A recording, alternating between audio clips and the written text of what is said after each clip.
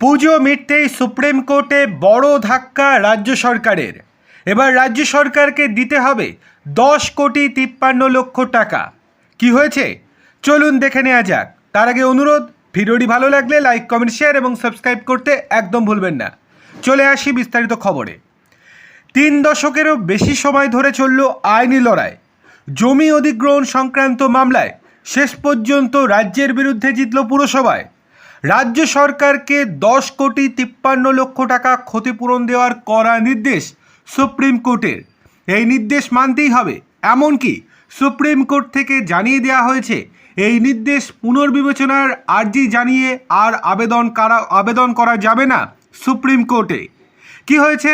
1986 সালে বীরভূমের সাঁইথিয়ায় community hall শিশুদের পার্ক তৈরির জন্য জমি অধিগ্রহণ করেছিল পুরসভা। খরচ হয়েছিল প্রায় 83 লক্ষ টাকা। সাঁইথিয়ায় পার্ক তৈরির জন্য সাংসদ তহবিল থেকে টাকা দিয়েছিলেন প্রাক্তন রাষ্ট্রপতি প্রণব মুখোপাধ্যায়। কিন্তু জমিদাতা ক্ষতিপূরণ দেবে কে? সংঘাতবাদে রাজ্য এবং পুরসভার মধ্যে প্রথমে হাইকোর্ট, তারপর মামলা করায় সুপ্রিম কোর্টে। অবশেষে সেই মামলার নিষ্পত্তি হলো সুপ্রিম কোর্টের। সুপ্রিম কোর্টের নির্দেশ, রাজ্য সরকারকে অবিলম্বে 10,53,00,000 টাকা দিতে হবে। কিন্তু কবে দিতে হবে? আগামী বুধবার এই টাকা দিতে হবে পুরসভাকে।